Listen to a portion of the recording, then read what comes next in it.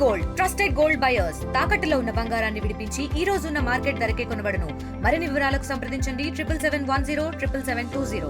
చిన్నారులకు నా హృదయపూర్వక శుభాకాంక్షలను తెలియజేస్తా ఉన్నాను.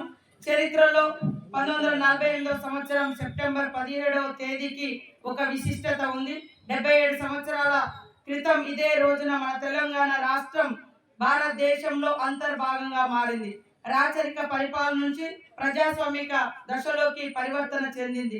మన స్వతంత్ర సమర యోధులు, మేధావుల దూరదృష్టి, ప్రభావవంతమైనటువంటి చర్యల వల్ల భారతదేశం ఒక శక్తివంతమైన గణతంత్రంగా అవతరించింది. భారతదేశ నిర్మాణంలో తెలంగాణ ప్రజలు భాగం పంచుకొని 77 సంవత్సరాలు పూర్తయిన సందర్భంగా గౌరవ శ్రీ ముఖ్యమంత్రి శ్రీ యనమల రేవంత్ రెడ్డి గారి నాయకత్వంలోని ప్రజా ప్రభుత్వం సెప్టెంబర్ 17ను తెలంగాణ ప్రజాపాలన దినోత్సవంగా ఘనంగా నిర్వహించుకుంటున్నాం.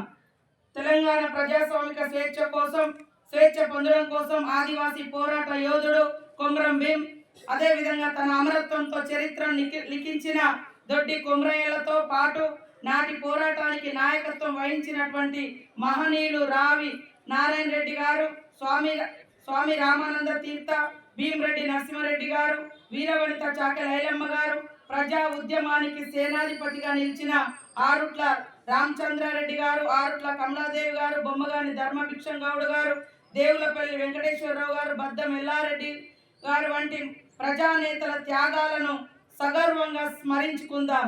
తమ అక్షరాలతో ప్రజల్లో ఉత్తేజాన్ని నెలకొల్పిన సురవరం ప్రతాపరెడ్డి, ప్రజాకవి ముగ్ధుం మొయినుద్దీన్, అదేవిధంగా దాశరథి కృష్ణమాచార్య, సుద్దాల హనుమంతు, బండి యాదగిరి, షోయబుల్లా ఖాన్ వంటి సాహితీ మూర్తులకు ఘనమైన నివాళులర్పిద్దాం.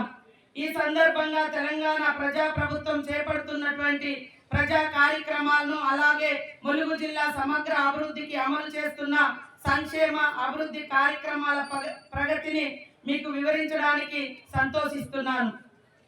మహాలక్ష్మి పథకం హామీ ఇచ్చిన 6 గ్యారంటీలలో 2 గ్యారంటీలను ప్రభుత్వం బాధ్యతలు స్వీకరించిన 48 గంటల్లో అమలు ప్రారంభించి చరిత్రను సృష్టించింది.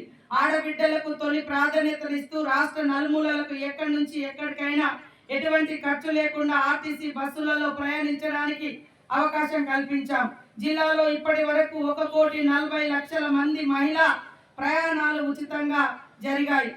89,34,00,000 రూపాయలు ఉచిత బస్సు ప్రయాణం కోసం ఖర్చు చేసి మహిళలకు ఆదా చేయడం జరిగింది. రాజీవ్ ఆరోగ్యశ్రీ 10 లక్షలకు పెంపు.